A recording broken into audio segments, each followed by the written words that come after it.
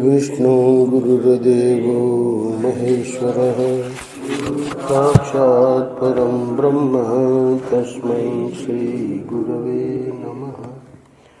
नारायण नारायण नारायण।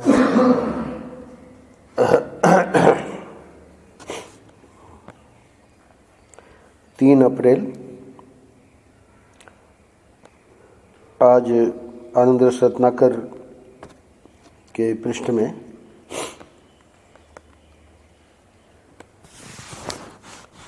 जो शीर्षक है, हमारी रुचि का तो सवाल ही नहीं है। रुचि यानी पसंद, हमारी पसंद का तो सवाल ही नहीं है। प्रसंग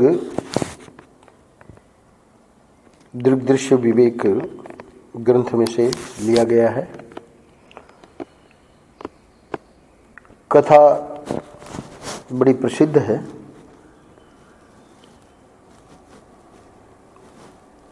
लोग ये भी कहते हैं कि एक संभवतः नानक जी के पुत्र और उनके एक शिष्य, उनको लेकर तो कोई प्रसंग जो सच्चे होते हैं वो फिर बाद में कथा के रूप में प्रचलित हो जाते हैं। इसी से मिलती जुलती घटना हुई होगी। कथा प्रसंग आज के पृष्ठ में मुख्य है, जिसको हम लोग थोड़ी देर के बाद पढ़ लेंगे।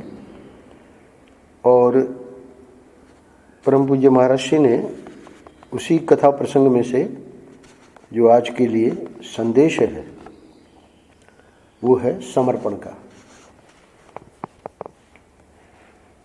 व्यापक दृष्टि कल का पृष्ठ था, मानव जीवन में भागवत धर्म। तो व्यापक दृष्टि को लेकर बहुत सारी चर्चा यहाँ कल हुई, पर ये नहीं बताया गया कि वो व्यापक दृष्टि बनेगी कैसे।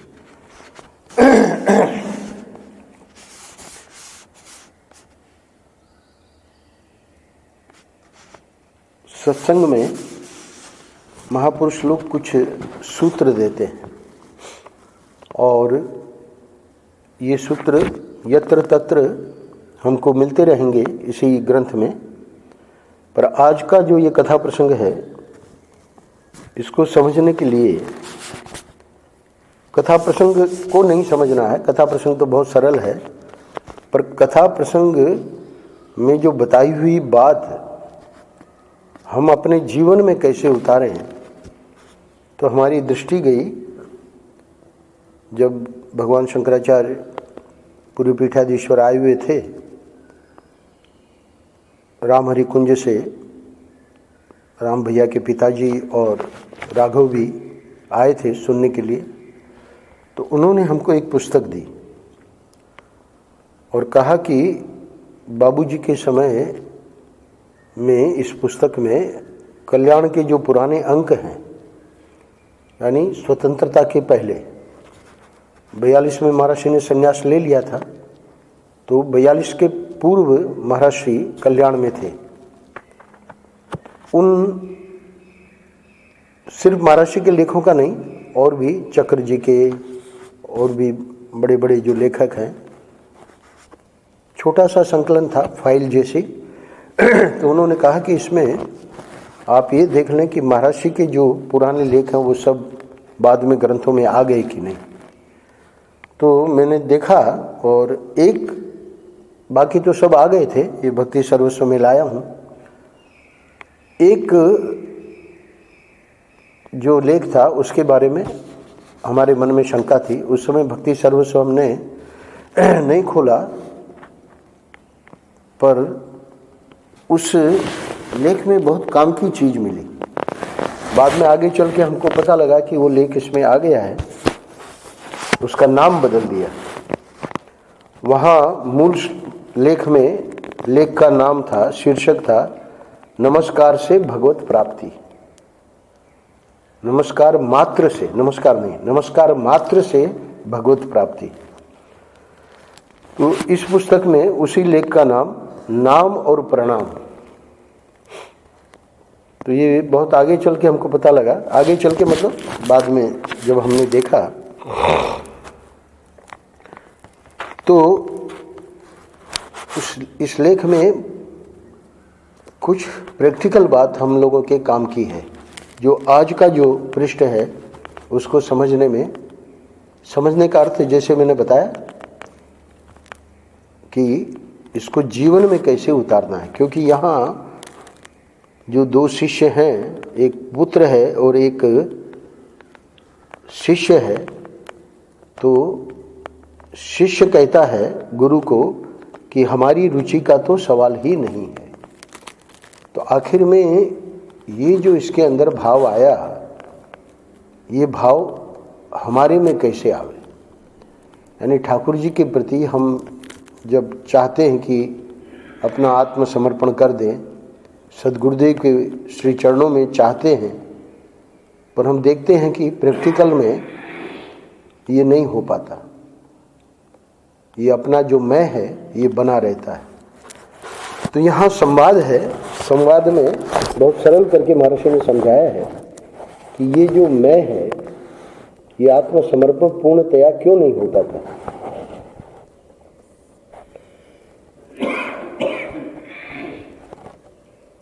आप सिर्फ सुनिएगा, थोड़ा गंभीर है लेख पर बहुत काम का है।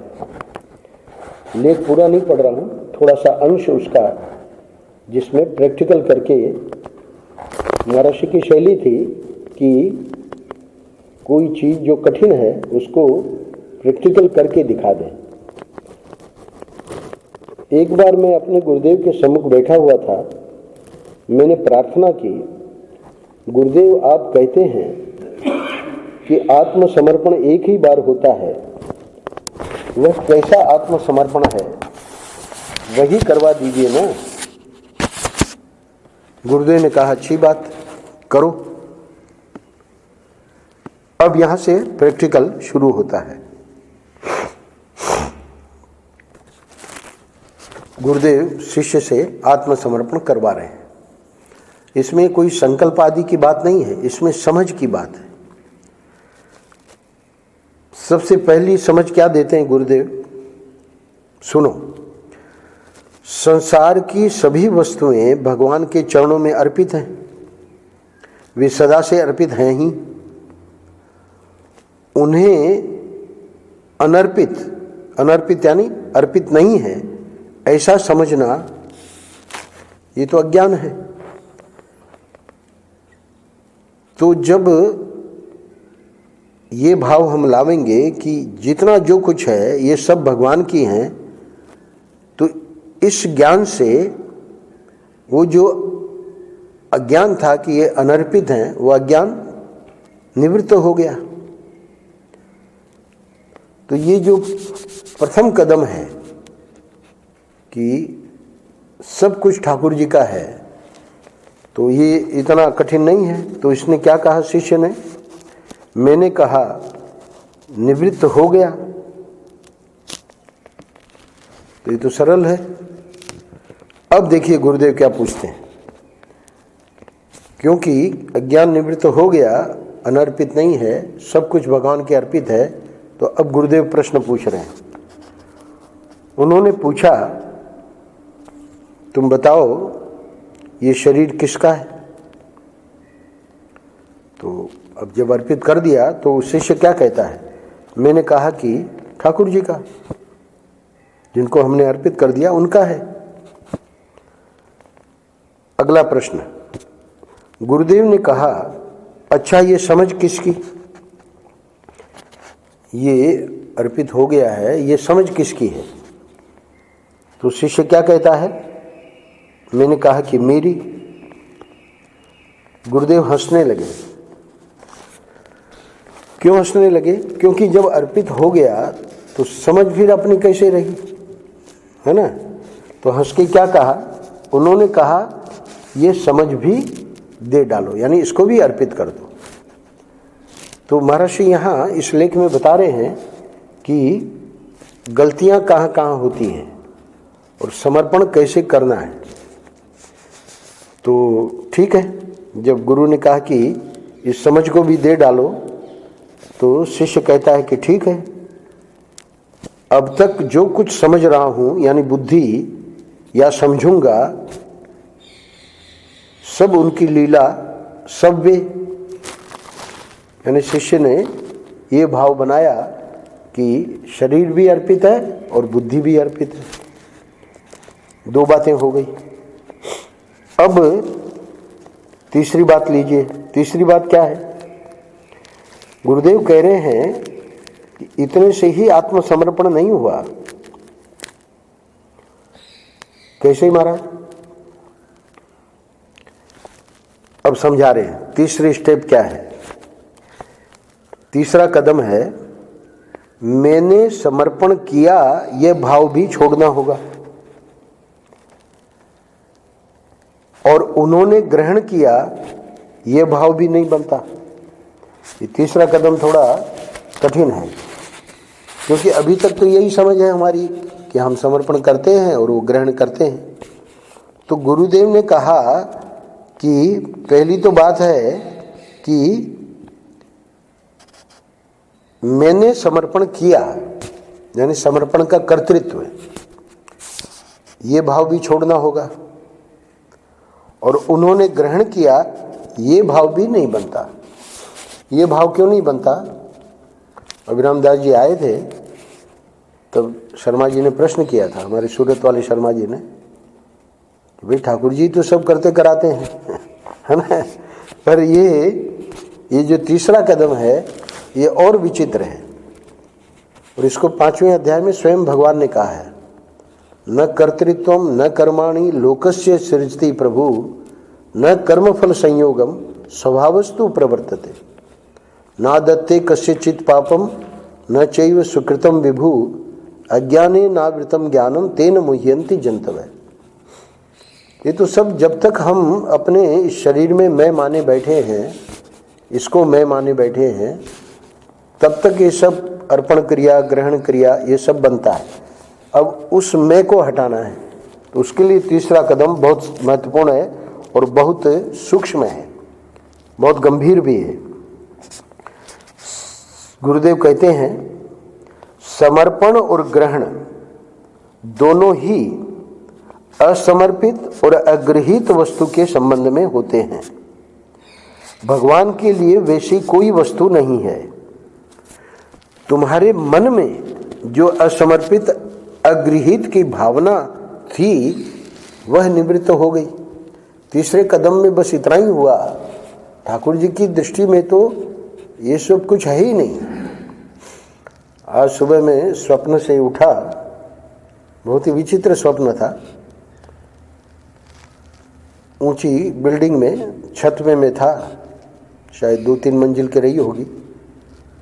इधर की ओर ऐसे ही छत पे घूम रहा था, इधर की ओर कुछ और दृश्य था, इधर की ओर कुछ और दृश्य था, और इधर जब पहुंचा छत में तो वहाँ शेर भी बैठा है, बगल में गाय भी है, फिर उधर 3 टाइगर थोड़ी सी दूर पे, और लोग भी उधर चल रहे हैं।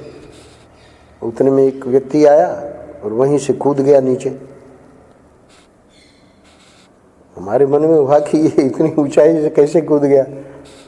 वहाँ ठीक नीचे, मतलब ऐसा मरा वगैरह नहीं, कूद के वहाँ नीचे खड़ा हो गया, और उधर ये तीनों जो बाघ थे वो तीनों बाघ गायब, और उसकी जो ये चर्म होता है, व्याघ्र चर्म, वो उसके शरीर पे, यानी जैसे कपड़े वगैरह।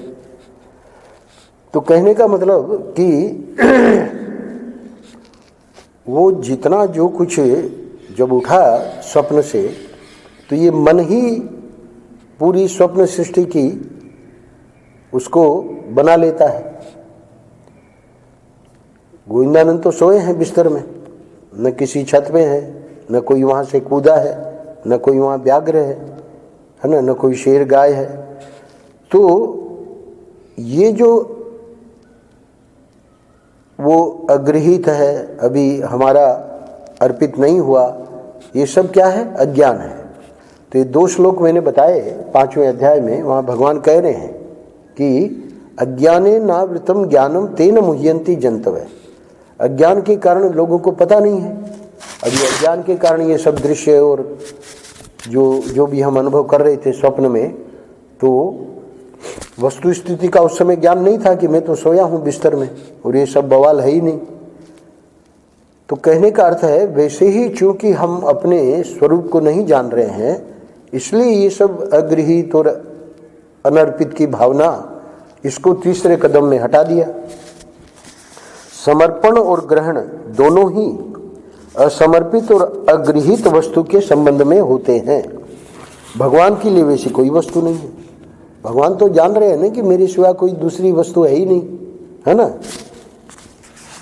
तुम्हारे मन में जो असमर्पित अनुग्रहित की भावना थी वह निवृत्त हुई। तीसरे कदम में बस इतना ही हुआ कि वहाँ न तो किसी ने कुछ ग्रहण किया, है ना। ये बड़े विचित्र हैं जो गीता के श्लोक हैं, क्योंकि वही भगवान 9वें अध्याय में कहेंगे कि मैं ग्रहण करता हूँ। पत्रम पुष्पम फलम तोयम यो में भक्त्या प्रयच्छति, है ना, उसको सब मैं ग्रहण करता हूँ। और वही भगवान यहाँ 5वें अध्याय में मना कर रहे हैं। एक ही भगवान की वाणी है, ऐसा नहीं कि वहाँ 9वें अध्याय में कोई और बोल रहा है, 5वें अध्याय में कोई और बोल रहा है। इसीलिए हमारे सूरत वाले शर्मा जी कहते हैं कि वेदांत जो है ये बहुत ही विचित्र है। यानी जब हम अपने को मैं शरीर हूँ ऐसा करके मान रहे हैं, तो संतों को उस व्यक्ति के लिए भी साधना देनी पड़ेगी। अभी उसको ये तीसरे कदम की ये बहुत ऊंची बात है, तो उसके लिए भगवान वहाँ 9वें अध्याय में कहते हैं कि मैं ग्रहण करता हूँ। यहाँ 5वें अध्याय में जहाँ ज्ञान का प्रसंग आया वहाँ स्पष्ट कह दिया, है ना। तो एक जो है वो तत्व ज्ञान की दृष्टि से है, और एक जो है जो हम अपने को मान रहे हैं उस दृष्टि से भगवान हमको क्या करना है। तो अलग अलग कक्षा के लिए अलग अलग उपदेश है। तो तीसरा कदम ये तो और विलक्षण हुआ कि वो भावना ही निवृत्त हो गई। अब तो कुछ बचा नहीं। बोले नहीं, अब गुरु कहते हैं अब तुम स्वयं अपने आप को समर्पित करो। तो अब जब इतना हो गया तो अब ये तो खाली चर्चा ही कर रहे हैं महर्षि, ये करना तो जन्मों जन्मों की साधना है। पर यहाँ चर्चा में भी देखिए क्या कह रहे हैं। वो शिष्य ने कहा यह मैंने अपने आप को भगवान के चरणों में समर्पित किया। अब देखिए यहाँ पर भी गलती हो रही है। क्या? गुरुदेव ने हंसकर कहा, ध्यान से सुनिएगा, ये चौथा कदम अपने आप को समर्पित कर दिया, है ना। तो गुरुदेव क्या कहते हैं? गुरुदेव ने हंसकर कहा इस समर्पण क्रिया अथवा भावना का कर्ता कौन है? तो मैंने कहा मैं। तो उन्होंने कहा कि तब समर्पण कहाँ हुआ? क्यों नहीं हुआ महाराज, जब हमने भाव कर लिया? बोले नहीं, इसलिए नहीं हुआ कि तुम अपनी की हुई समर्पण क्रिया, ध्यान से सुनना, तुम अपनी की हुई समर्पण क्रिया अथवा भावना को बदल भी सकते हो। क्योंकि जब उसने कहा ना कि मैंने समर्पण किया, है ना, पहले भी ये आया था, पर पहले बुद्धि को समर्पण नहीं किया, उतने अंश में आया। अब वो अपने आप को पूरे को समर्पण कर रहा है। इसीलिए बाली के प्रसंग में है कि जब दोनों पांव दे दिए तो तीसरे पांव के लिए, मतलब जो भी उसका बेचारे का था, लोक और परलोक, वो सब ठाकुर जी ने ले लिया। अब बचा क्या? उसके पास तो कुछ नहीं बचा। पर नहीं, वहाँ पर एक बड़ा रहस्य की बात बताई। कथा के प्रसंगों में ये सब बातें बताते हैं महात्मा लोग। अपने को कहाँ दिया? देने वाला अभी मैं तो बचा हूँ। बाली ने सोचा आप इस सिर पे पांव रख के हमको ले लीजिए। उसी को यहाँ उन्होंने कहा कि तब समर्पण कहाँ हुआ? क्यों? क्योंकि अभी समर्पण क्रिया अथवा भावना का कर्ता वो तो बचा हुआ है। तुम अपनी की हुई समर्पण क्रिया अथवा भावना को बदल भी सकते हो, है ना। बाली के गुरु जी ने, सॉरी, बली और बाली हमारी हमेशा गलती होती है। कभी कभी शर्मा जी शुद्ध भी कर देते हैं। तो बलि जो था, है ना, बलिदान, इसीलिए बलिदान शब्द आया है, क्योंकि उसका जो त्याग था वो अद्भुत है। इतिहास में ऐसा कोई नहीं निकला। गुरुजी मना कर रहे हैं और हुआ भी वही। सब कुछ ले लिया, परंतु बलि को पता था, स्वयं फिर बाद में पहरेदार बन गए, उसको सुतल में भेज के, सुतल लोक में। तो यहाँ पर तो बलि वाले प्रसंग की तो हमको सबको पता है, पर इसमें आखिरी कदम में महाराज श्री इस लेख में समझा रहे हैं कि गुरु कहते हैं कि वो जो तुमने अपनी जो की हुई समर्पण क्रिया अथवा भावना है उसको तुम बदल भी तो सकते हो, क्योंकि अभी मैं का समर्पण नहीं हुआ। इसलिए मैं असमर्पित हूं, इस अज्ञान की पूर्णतः निवृत्ति नहीं हुई। परम पूज्य महाराज से कह रहे हैं कि बस ये जो आखिरी चीज है, मैं असमर्पित हूं, इस अज्ञान की पूर्णतः निवृत्ति होनी चाहिए। और वो ठाकुर जी करवा लेते हैं भक्त के लिए। ये पांचवा कदम जो है ठाकुर जी स्वयं करवाते हैं, और वेदांतियों को इसमें प्रमाण में बहुत कुछ विचार करना पड़ता है, और वो ठीक है, उनके लिए उनका वही विषय है। तो अब ये जो पांचवा कदम हुआ उसमें वो शिष्य सुनाता है कि क्या अद्भुत स्थिति हो गई। गुरु कहते हैं, देखो तुम, मैं, अपने लिए भी कहते हैं गुरु, तुम, मैं और सब कुछ, तीन ही तो है। जो कुछ था, है और होगा, सब भगवान को समर्पित है। भगवान मैं है और भगवत स्वरूप है। समर्पण क्रिया अथवा भावना नहीं करनी है। ये पांचवें कदम में समर्पण क्रिया और भावना जब तक हम करते रहेंगे तब तक मैं बना हुआ है। अपनी क्रिया और भावना के कर्तृत्व को मिटा दो। तो बोले मिटाने में भी तो मैं रहेगा, तो इसलिए अगला वाक्य है, वास्तव में मिटाना भी नहीं है, मिटा हुआ है, सिर्फ देखना है। मिटाना भी नहीं, क्योंकि मिटाओगे तो तब भी मैं बचा रहेगा। मिटाना भी नहीं है ना, मिटा हुआ है, पहले से ही कुछ है ही नहीं। अभी मैंने सुनाया, स्वप्न से उठा तब पता लगा कि सब मिटाया है ना। अब कुछ मिटाना थोड़ी पड़ा, पहले से ही मिटा हुआ है। ऐसे ही इसको मिटाना नहीं पड़ेगा, बस ये ज्ञान हो जाएगा कि ये पहले से है ही नहीं, बिना हुए भास रहा है। कई बार मैंने कहा कि इस वाक्य को महाराज श्री दिन में कम से कम 10 बार दोहराते थे, है ना, विशेष रूप से वेदांतियों के लिए। ये सब बिना हुए भास रहा है नहीं कुछ। वास्तव में मिटाना भी नहीं है, मिटा हुआ है। गुरुदेव इस प्रकार कह रहे थे और मैं एक अनिर्वचनीय स्थिति में प्रवेश करता जा रहा था। मैंने सुख का समुद्र देखा, शांति का साम्राज्य देखा और ज्ञान का असीम आलोक देखा। यह है असली स्थिति। सुख, शांति और ज्ञान का नाम तो इस समय की दृष्टि से है, वस्तुतः परमात्मा के स्वरूप में सुख, शांति और ज्ञान कहने के लिए भी कुछ नहीं है।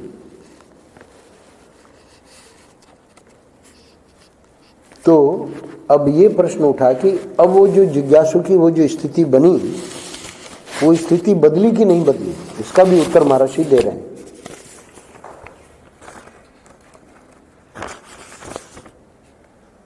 वह स्थिति तो एक रस है, उसमें विक्षेप और समाधि एक है, वह कुछ भी नहीं है और वही सब कुछ है। तो इस प्रकार ये जो स्थिति बनी, थोड़ी देर के बाद बाह्य ज्ञान हुआ। तब गुरुदेव ने कहा, जाओ अब तुम अपने जीवन के द्वारा, मन, वाणी और शरीर के द्वारा निरंतर भगवान की आराधना, उनके नाम का जप करते रहो। अब संसार में मत लगना। संसार में लगने का अर्थ है ना, फिर अपने अहमता, फिर ममता, फिर है ना ये पराया, ये अपना, ये नहीं। अब क्या है, बस वो जो गुरुदेव ने कहा अगर उन्होंने कहा कि भजन करते रहना है तो भजन करते रहना है, उन्होंने कहा कि अब इस ज्ञान का प्रसार करो, प्रसार करो। तो इस प्रकार से ये थोड़ा सा मैंने इसलिए सुना दिया कि आज का ये जो प्रसंग है कि हमारी रुचि का तो सवाल ही नहीं है ना, ये कोई साधारण प्रसंग नहीं है। आपने वह कथा सुनी होगी, एक गुरु के दो शिष्य थे, एक बेटा था एक चेला था। गुरुजी ने बेटे से और चेले से कहा, तुम लोग एक एक चबूतरा बनाओ, उस पर बैठकर हम भजन किया करेंगे, है ना। कभी बेटे वाले चबूतरे पर, कभी चेले वाले पर। जब दिन भर उन लोगों ने बनाया तो शाम को आकर गुरुजी ने कहा, ठीक नहीं बना, तोड़ दो। फिर दूसरे दिन बना, बोले ठीक नहीं है। तीसरे दिन बना, बोले ठीक नहीं है। बेटे का धैर्य खत्म हो गया। बेटे ने कहा, पिताजी आपको तो हमारा बनाया हुआ चबूतरा कभी पसंद नहीं आएगा, हम बनाना बंद करते हैं, हम नहीं बनाएंगे। ठीक है, गुरुजी ने कुछ नहीं कहा। पिताजी जानते थे। चेले ने बनाया तो अब चौथे दिन, भाई चेला भी तो आके मना कर सकता था, पर चेले ने बनाया। तो गुरुजी ने चेले से पूछा कि जब तुम्हारा बनाया हुआ चबूतरा हमें पसंद नहीं आता है तो तुमने फिर क्यों बनाया? चेले का उत्तर देखिए। उसने कहा, महाराज आपने कहा बनाओ तो मैंने बनाया। इसको अंग्रेजी में कहते हैं ओबीडियंस, आज्ञा पालन। आज्ञा पालन कोई सामान्य धर्म नहीं है ना। गुरुओं की आज्ञा का पालन, माता पिता की आज्ञा का पालन, है ना। अध्यापक हमारे जो शिक्षा गुरु है उनकी आज्ञा का पालन, अपने से बड़े हैं उनकी आज्ञा का पालन। महाराज आपने कहा बनाओ तो मैंने बनाया। गुरुजी ने कहा, लेकिन मैंने तो तुम्हारा बनाया हुआ कई बार नापसंद किया। चेला क्या कहता है? चेले ने उत्तर दिया, नापसंद कर दिया तो क्या हुआ, हमको जिंदगी भर आपकी आज्ञा का ही तो पालन करना है। हम चबूतरा नहीं बनाते तो आप कहते लकड़ी चीर के ले आओ या दीवार बनाओ, एक बोझ गेहूं लेकर आओ, तो आपकी आज्ञा के अनुसार कोई न कोई परिश्रम तो करते। दूसरे परिश्रम से हमारा क्या रिश्ता है? जब इसी परिश्रम से आपकी आज्ञा का पालन होता है, दूसरे परिश्रम में हमारा अपना क्या रखा है?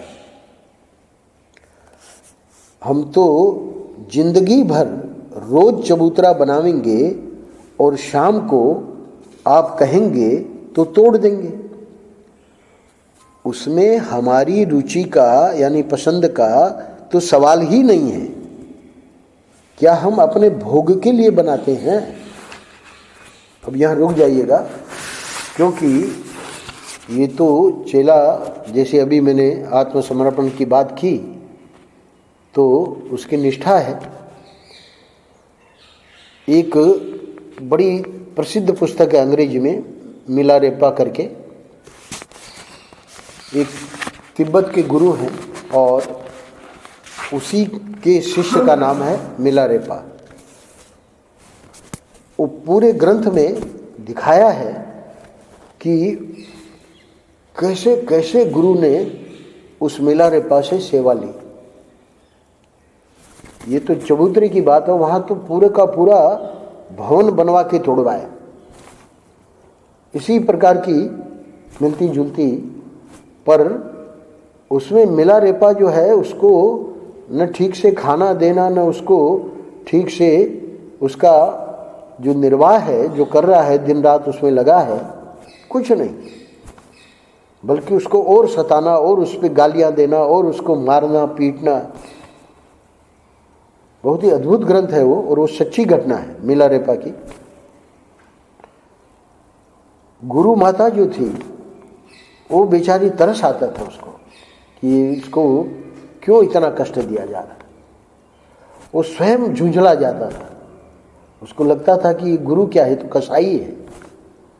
और वहाँ वर्णन आया है कि वस्तुतः गुरु को ही पता था कि अभी इसके कितने कल्मश हैं, कितने पाप हैं, और इन पापों को हटाने के लिए वो गुरु इस प्रकार से उस शिष्य के साथ इस प्रकार बर्ताव कर रहे थे।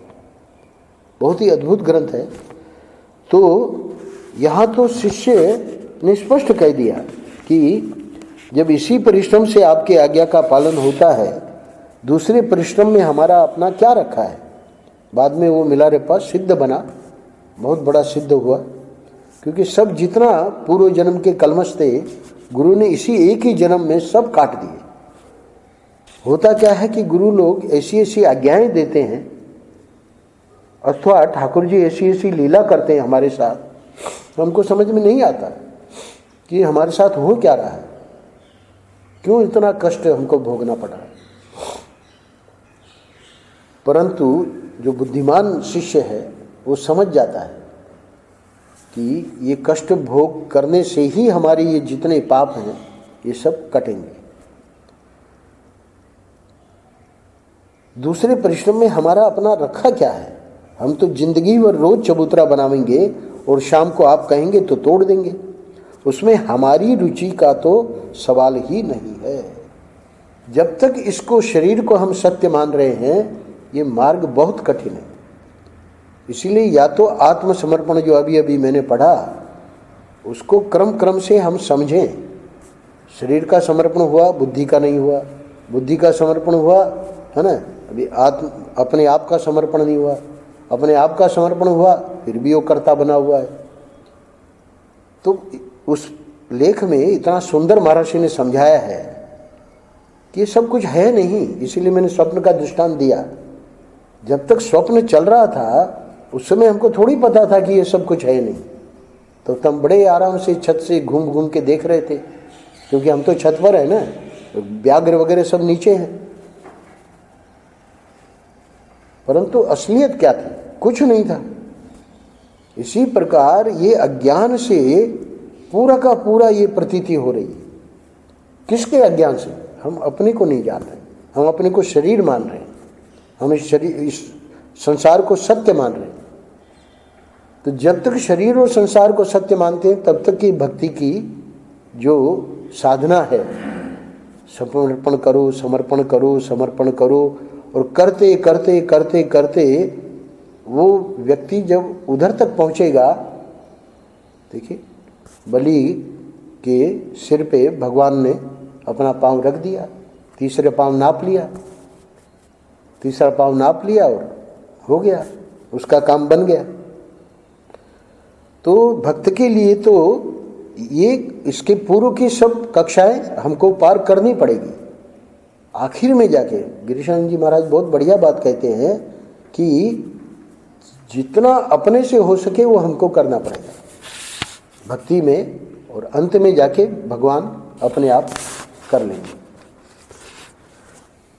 अब अंतिम पैराग्राफ में महर्षि जो कल मैंने बात बताई, एक्सपेक्टेशंस टीयर्स, एक्सेप्टेंस चीयर्स। जब तक हम अपेक्षा रखेंगे आंसू बहाने पड़ेंगे, और जब स्वीकृति दे देंगे राजी है हम उसी में जिसमें तेरी रजा है, तो काम बन गया, फिर आनंद ही आनंद। तो इसलिए महर्षि कह रहे हैं कि ये जो कर्म होते हैं उनमें जब तुम आग्रह करोगे कि यह करेंगे और ये नहीं करेंगे तो तुमको दुख होगा।